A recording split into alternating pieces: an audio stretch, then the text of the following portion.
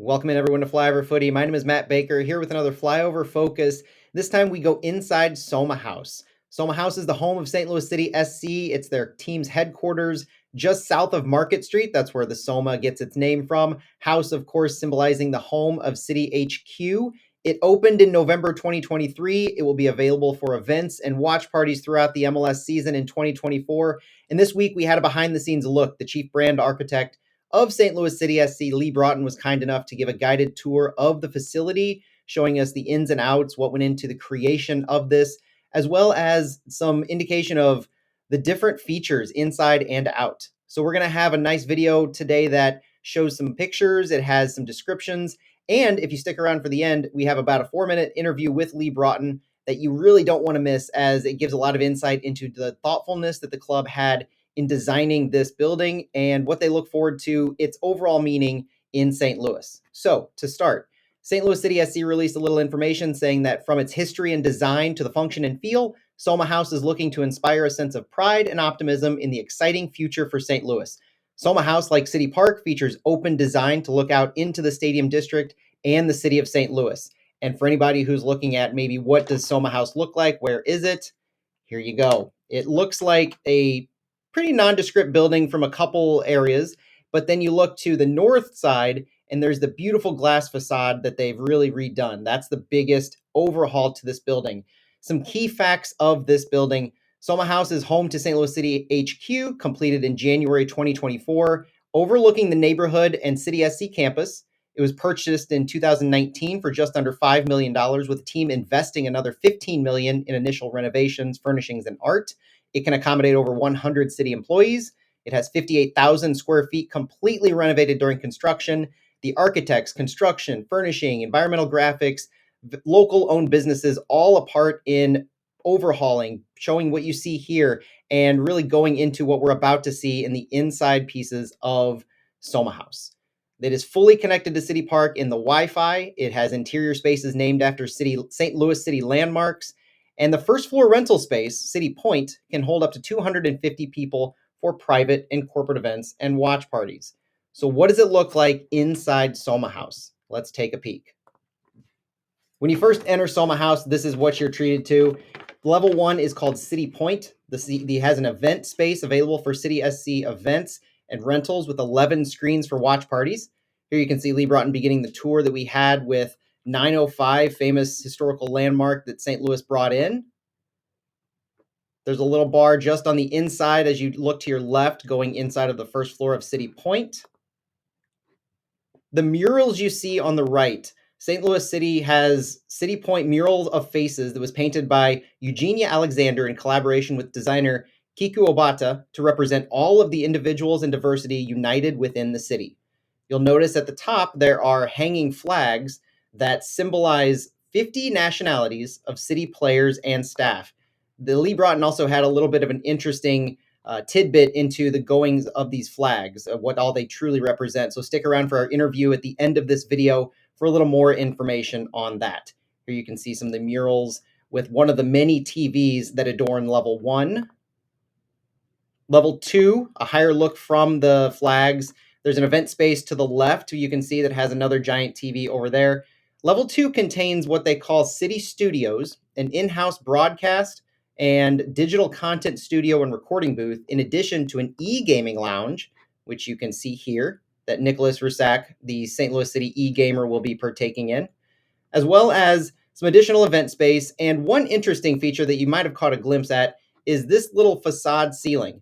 One of the many things that they do inside this facility is they draw inspiration from City Park, kind of the city way they want to bring together the entire district. And this kind of looks like the canopy overhanging the top of City Park. It looks very reminiscent.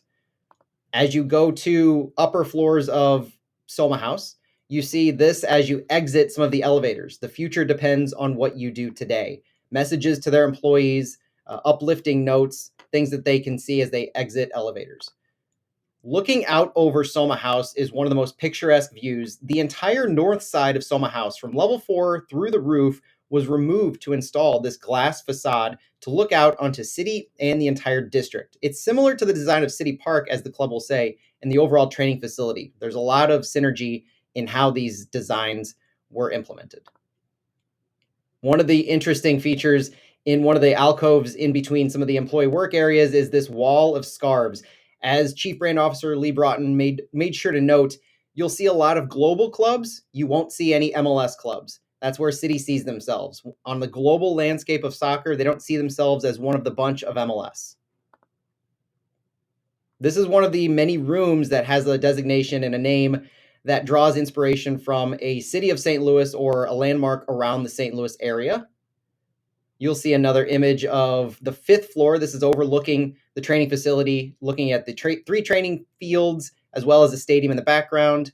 And as you go into the executive boardroom, this is fascinating, where the executive boardroom on level 5 has a shelf that is the start of their silverware.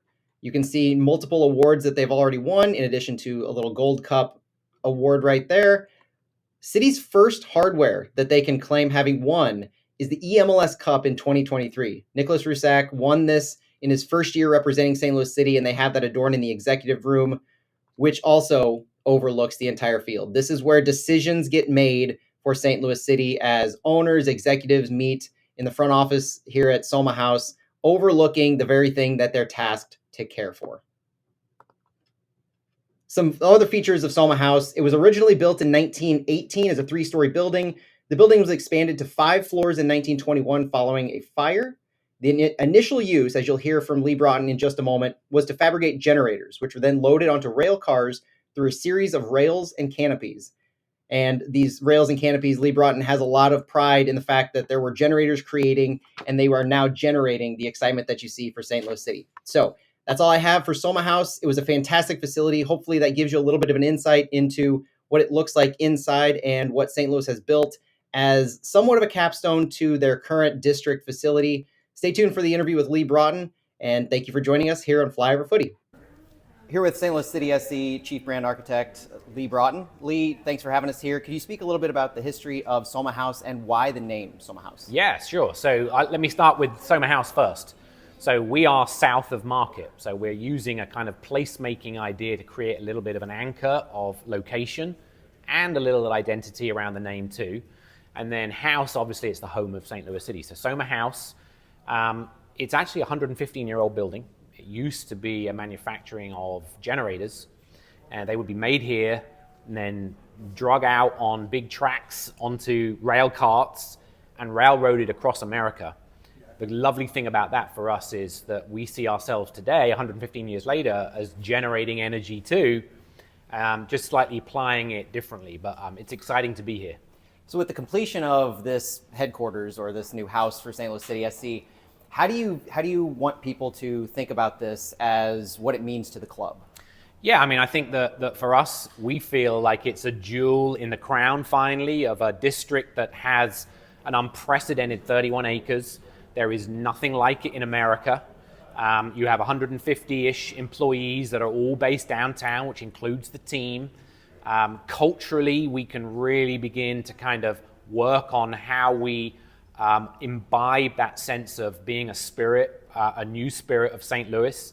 It enables us to kind of really live the messaging in many ways, which has been difficult while this has been coming together because we've been sort of parceled around the metro area in different ways. But it's wonderful for us.